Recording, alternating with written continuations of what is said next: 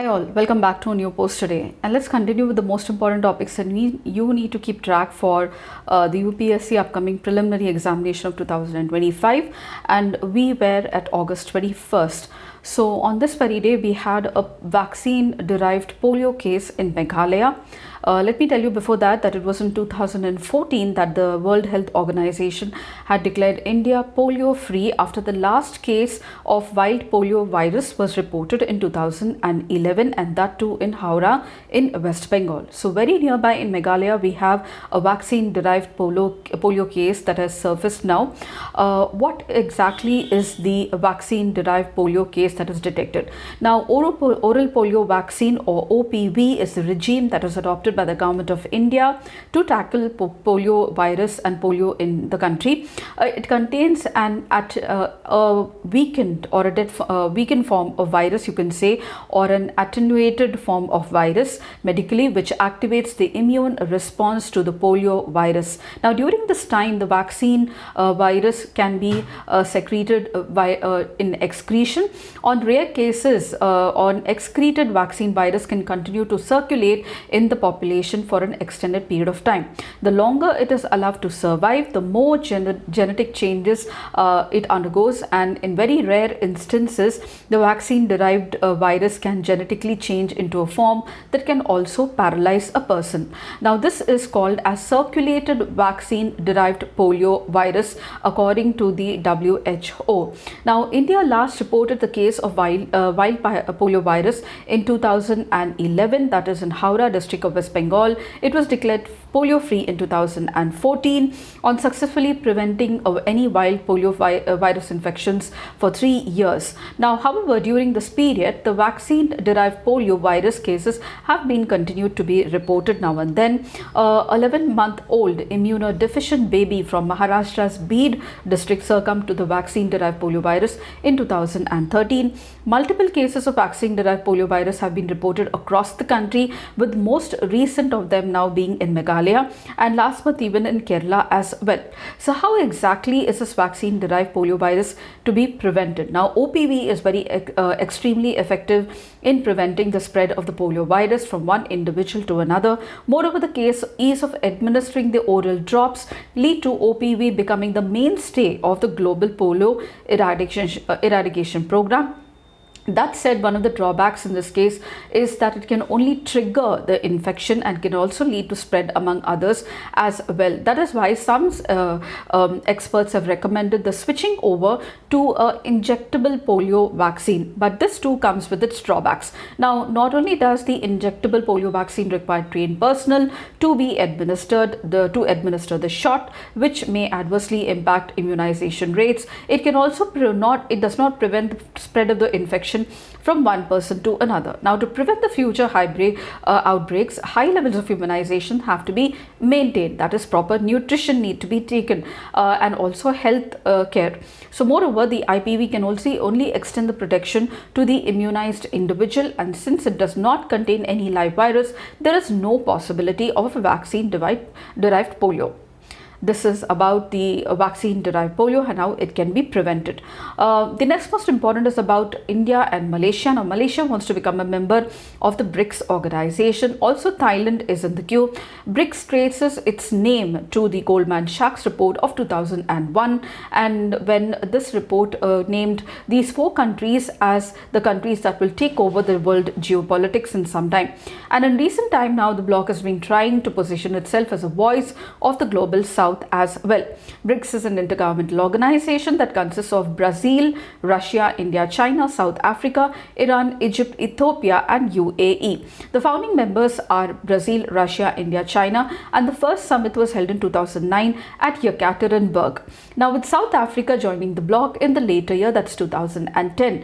Iran, Egypt, Ethiopia, UAE joined the organization in January 1st, 2024, and Saudi Arabia wants to join, and it is yet officially to join, but it participates in the organization's activities as an invited nation. And the next is about lateral entry to the post in the center. So this was in news recently because it was called off by the Prime Minister Narendra Modi. And lateral entry refers to the recruitment of individuals from outside the traditional government cadres, mainly sometimes from the private sector. Now, such as instead of the IAS, we take in secretary level or executive level officials from the similar sectors in the private sector into the government to fill in the middle and the senior level government positions in the departments and the ministries. Now, this process was formally introduced by the Prime Minister's administration in 2018. It marked a very significant departure from the conventional practice where senior bureaucratic roles were predominantly occupied by the career civil servants through promotions. Now, lateral entries are typically hired on contract for a period of about 3 to 5 years, with extensions possibly made on performance and government needs as well. This strategy aims to infuse fresh talent into the bureaucracy and enhance the availability of the specialized skills essential for tackling certain complex governmental and policy challenges as well. So this is about the lateral entry system. It does not have any statutory backing, let me tell you that.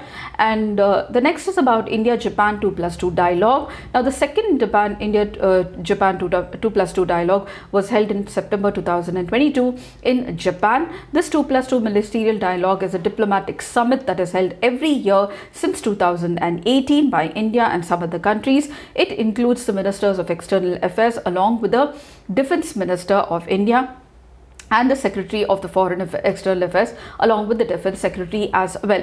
2+2 dialogues involved India and US along with Japan and Australia as well. In 2019, the summit involved the respective foreign and defense ministries between both of India and Japan. In 2021, the summit expanded to the meetings of foreign and defense ministers of Australia and Russia. The dialogue came into existence from an agreement between Prime Minister Narendra Modi and Donald Trump. The dialogue was created to replace a strategic and a commercial dialogue which started under the Obama administration. Now, both the nations agreed to the summit during Modi's visit to the United States in 2017, which was officially announced the following month after a telephone call between Prime Minister Modi and Trump. And Trump went on to make off the changes from a strategic commercial dialogue to a 2+2 dialogue involving the Ministry of External Affairs, that's a foreign minister, and also the defense ministers as well. And now the fair price shops in India are going to be called as Jan Poshan Kendras. Now, a public distribution shop or a PDS shop is known as a fair price shop. It is a part of India's public distribution system established by the Government of India, wherein these shops distribute rations at a very subsidized price to the poor. Now, this rations or PDS is governed by the National Food Security Act of 2013. Locally, these are called as ration shops and PDS shops, and chiefly they sell all the products that are offered on the subsidized price, like rice, wheat, sugar at a low price than the market price, called as the issue price. Now, other essential commodities also are sold. To buy items, one needs to have a ration card. The government has now launched a pilot project naming 60 fair price shops as Jan Poshan Kendras across Gujarat, Rajasthan and Telangana and Uttar Pradesh as well. These Jan Poshan Kendras are going to be designed to address the demands of the ration dealers by offering them new income opportunities and also renaming the shops. Mostly the Jan Poshan Kendras are going to focus on nutritious food rather than the regular requirements of the families. So it is the objective is to provide quality nutrition for all, also to modernize the shop and to focus on health care, that is prevention rather than cure. And the fair price shops now will provide food products to the consumers while also providing nutritious items as well. And it will stock 50% of the nutritious food items and keep some space reserved for the household essentials. This will help to offer the customers a wide range of products option. So these are the important points that I wanted to discuss with you for August 21st with regard to the points that you need to keep track for prelims. If you did, please do like, share and subscribe, and don't forget to comment at the end of the video. I shall see you tomorrow for August 22nd. Until then, it's very happy learning.